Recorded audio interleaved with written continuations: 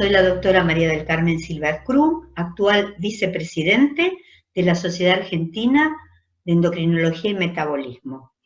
Y continuando con nuestro ciclo de recomendaciones de la Sociedad de Endocrinología y la endocrinología en tiempos del COVID-19, invitamos hoy al Departamento de Bioquímica Endocrinológica a que nos hablen sobre el tema. Si bien ellas inicialmente habían desistido de dar recomendaciones en particular, ya que había mucho publicado en distintas asociaciones en relación al tema, luego de, como muy bien ellas dicen, escuchar que mucha gente hablaba en los distintos medios de test, de sensibilidad y demás, ellas que son los especialistas justamente en el tema, decidieron levantar el guante. Y es así que hoy tenemos el gusto de tener a la coordinadora del departamento, la doctora Mónica Saavedra, junto con dos de sus integrantes, la doctora Natalia Blanco y María Paula Esteban, quienes nos van a dar las recomendaciones del Departamento de Bioquímica Endocrinológica en tiempos del COVID-19. Doctoras, las escuchamos. Bueno, soy la doctora Mónica Saavedra, bioquímica. En este momento estoy coordinando el Departamento de Bioquímica Clínica de la Sociedad y quiero agradecer a la comisión directiva y a la coordinadora de los departamentos por habernos invitado a participar en este ciclo de charlas que es la endocrinología en tiempos de COVID. Cuando nosotros recibimos la invitación, empezando por, se la transmito al resto de los integrantes, y pensamos que era muy poco lo que podíamos aportar, ya que desde el laboratorio hormonal, ya que todas las instituciones internacionales como la OMS, la Federación Internacional de Química Clínica, la Asociación Americana, estaban publicando guías continuamente sobre el tema de esta pandemia. Se lo transmito a la doctora Silva Crom, pero la verdad que nos quedó el desafío dando vuelta. Y hubo dos cosas que nos decidieron aceptar dar esta charla, que fueron, por un lado, todos los WhatsApp del departamento o con otros compañeros, otros colegas, que hablábamos de esas cosas que nos gustan a los bioquímicos, de test de sensibilidad, cuáles son los test que fueron aprobados por el AMNAT, si estaban los test rápidos, cuáles eran. Y por el otro lado, es que estábamos inmersos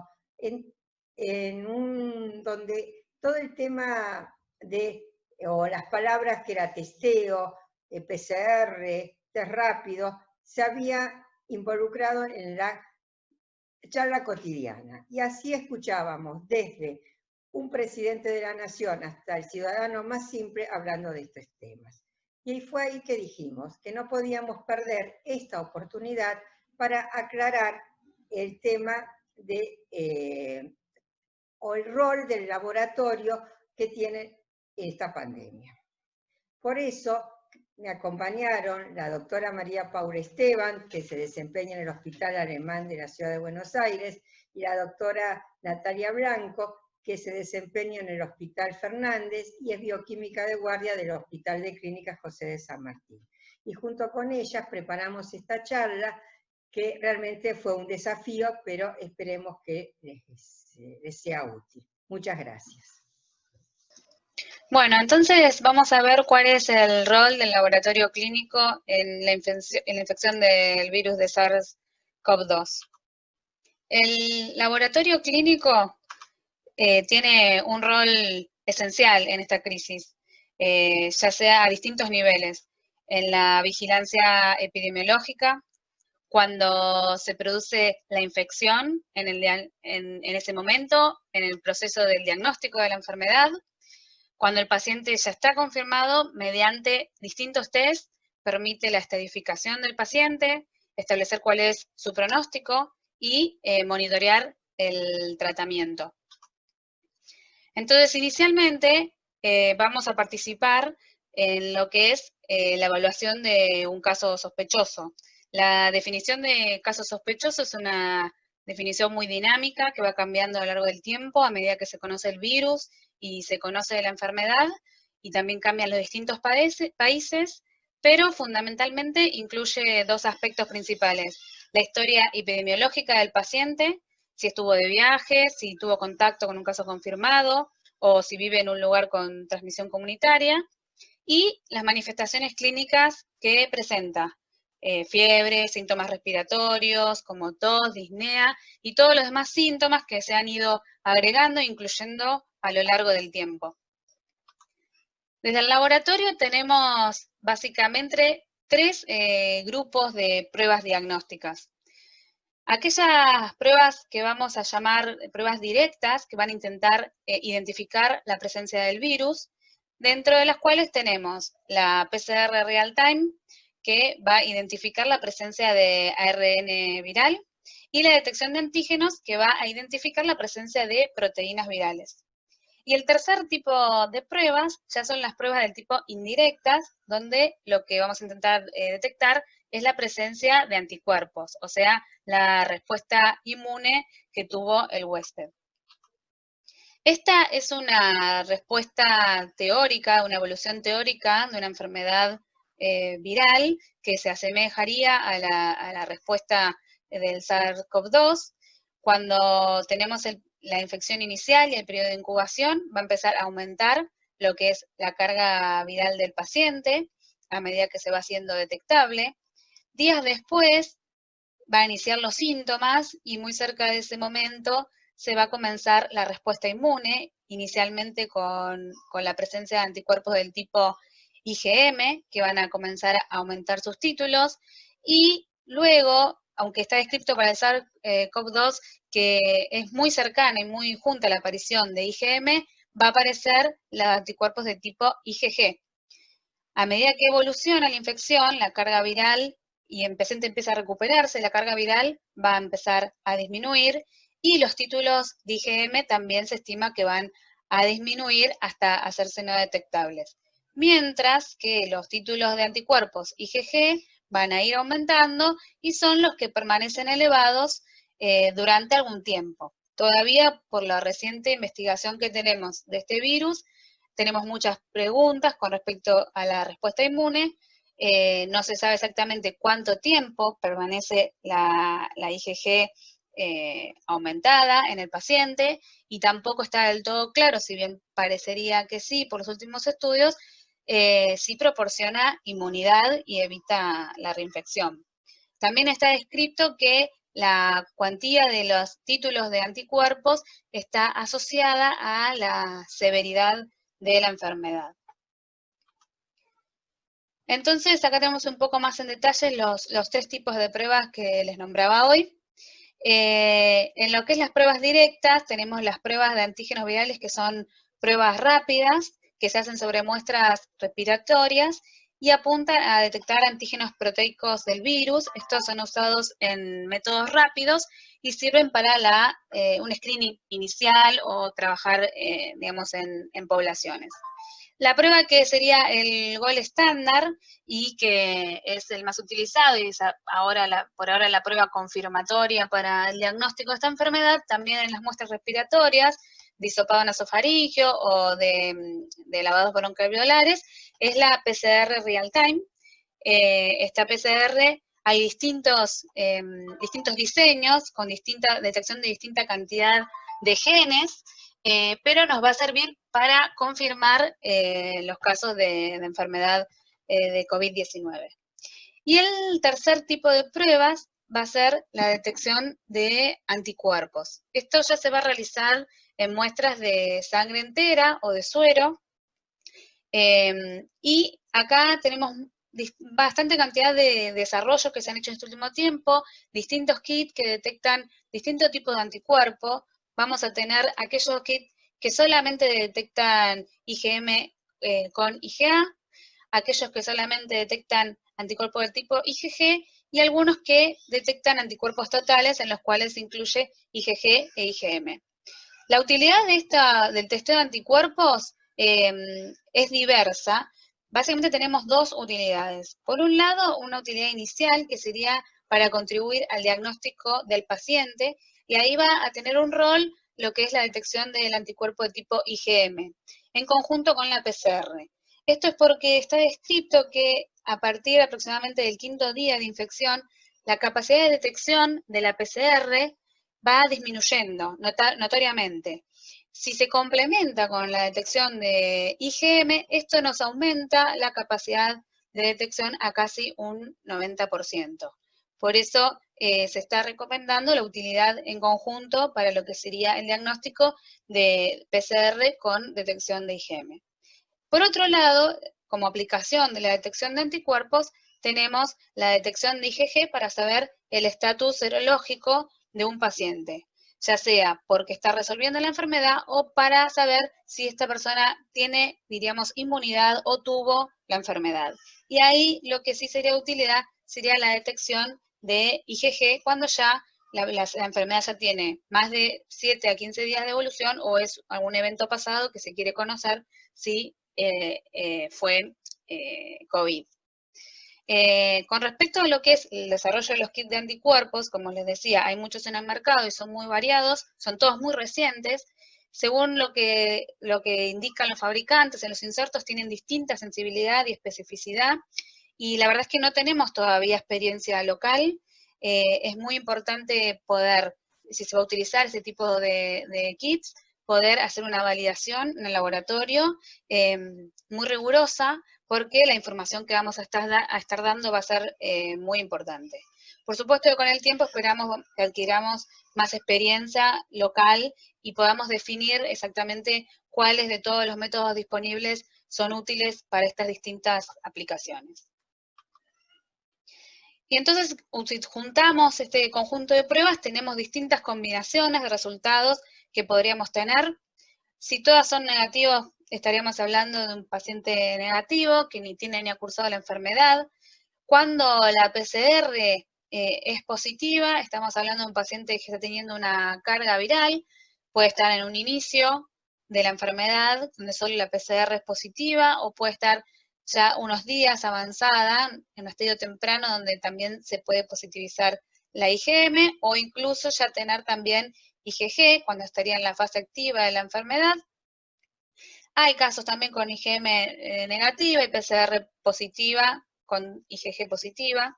Y después tenemos distintas combinaciones. Esto es todo, digamos, una definición teórica, porque todavía no hemos podido hacer experiencia y probar todas estas combinaciones de resultados, pero podríamos tener pacientes que tienen solo IgM positiva, entonces ahí estaríamos en un estadio temprano de la enfermedad, donde ya, o bien donde ya la PCR perdió capacidad de detección, o con un falso negativo de la PCR.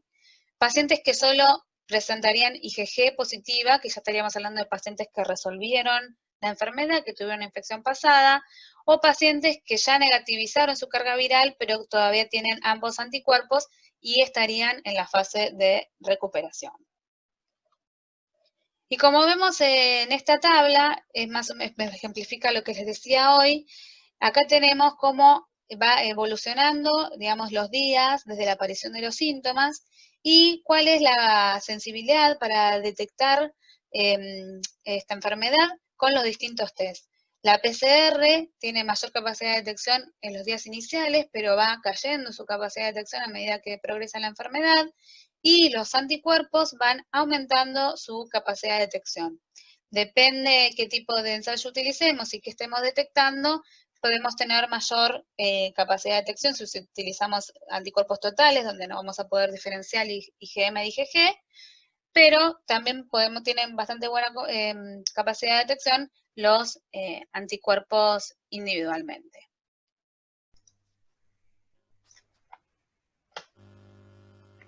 En este gráfico podemos observar el periodo infeccioso según la evolución y la gravedad de la enfermedad. El periodo de incubación promedio es de 5 a 6 días, con un rango de 1 a 14 días. Actualmente se considera que la transmisión de la infección comienza 1 o 2 días antes del inicio de los síntomas. Estos porcentajes son estimativos, alrededor del 80% de los pacientes infectados pueden cursar una enfermedad leve a moderada, y un porcentaje de infectados pueden ser asintomáticos u oligosintomáticos. Se estima que un 13 a un 16% puede presentar una enfermedad grave que requiere hospitalización. En el 6% de los casos, la enfermedad puede ser crítica y requiere de la unidad de cuidados intensivos. El tiempo promedio desde el inicio de los síntomas hasta la recuperación es de 2 semanas cuando la enfermedad ha sido leve y de 3 a 6 semanas cuando ha sido grave o crítica. El tiempo entre el inicio de los síntomas hasta la instauración de síntomas graves como la hipoxemia en promedio es de 1 semana y de 2 a 8 semanas hasta que se produzca, en el peor de los casos, el síndrome de estrés respiratorio agudo y falla multiorgánica. El 70 al 80% de los pacientes, luego del día 12 a 14 de la infección, producen los anticuerpos que bloquean la capacidad infectiva del virus.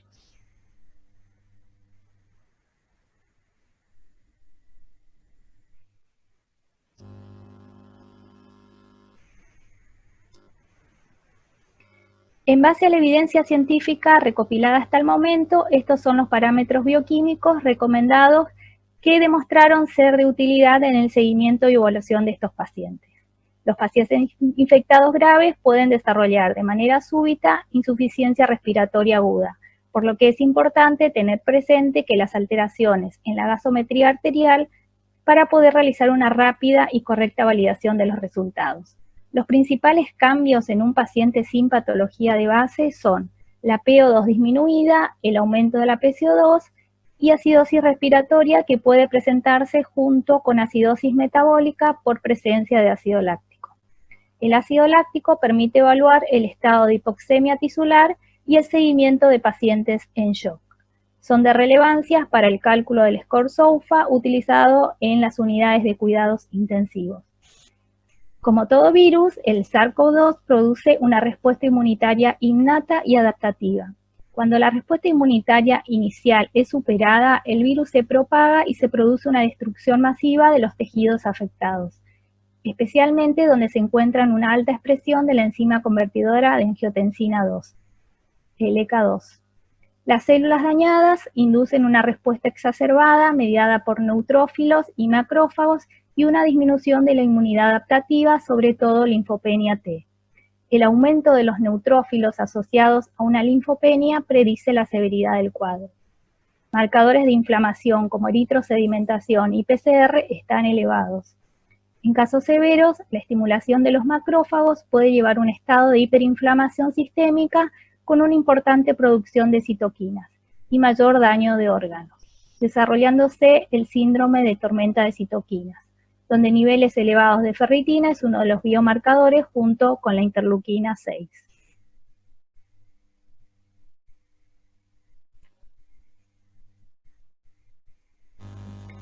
Además de ser una patología inflamatoria, se asocia una coagulopatía trombótica. Los mecanismos que se postulan son varios, uno de ellos es que el endotelio dañado y los monocitos expresan el factor tisular, activando la vía extrínseca de la coagulación, y en forma sinérgica se activan los neutrófilos, que además de sus mecanismos de fagocitosis y de granulación, liberan estructuras en forma de redes de ADN, histonas y otras proteínas antimicrobianas denominadas trampas extracelulares de neutrófilos, que activan y agregan plaquetas, glóbulos rojos y factores de la coagulación formando pequeños trombos. Podemos observar plaquetopenia, tiempo de trombina prolongado, fibrinógeno bajo y dímero D elevado. La lesión hepática es más frecuente en los casos graves, se observa elevaciones de las transaminasas y de la bilirrubina con hipoalbuminemia y prolongación del TP. También es útil el perfil hepático para el seguimiento terapéutico, dado que algunos fármacos usados son hepatotóxicos. La infección por SARS-CoV-2 impacta de manera directa sobre el sistema cardiovascular. Si hay injuria miocárdica aguda, la troponina I presenta valores elevados. Otro marcador del compromiso cardiovascular es la elevación del ProBNP. La LDH es un marcador de daño tisular pulmonar. Hay que tener en cuenta que esta enzima tiene una baja especificidad, ya que puede estar aumentada por otras causas. El riñón también es uno de los órganos afectados, dado que expresa en una gran cantidad de receptores ECA2. Además de la posible lesión directa del virus, muchos fármacos usados para combatir la infección pueden ser nefrotóxicos. Por consiguiente, la evaluación de la función renal es fundamental en el manejo clínico del paciente infectado. La procalcitonina, por último lugar, es uno de los marcadores de utilidad para evaluar el riesgo de sobreinfección bacteriana y progresión a sepsis severa y shock séptico.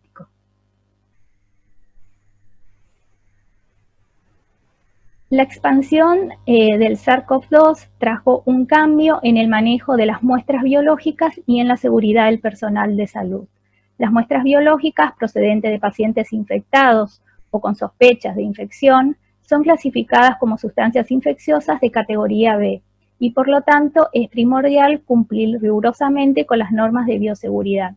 Se elaboraron documentos para tal fin, nombramos las recomendaciones dadas por el Instituto Malbrán y el Ministerio de Salud de la Nación y las directrices de la OMS. Acá citamos varios enlaces a sitio web y directrices útiles que han sido elaborados por especialistas clínicos y de laboratorios de todo el mundo.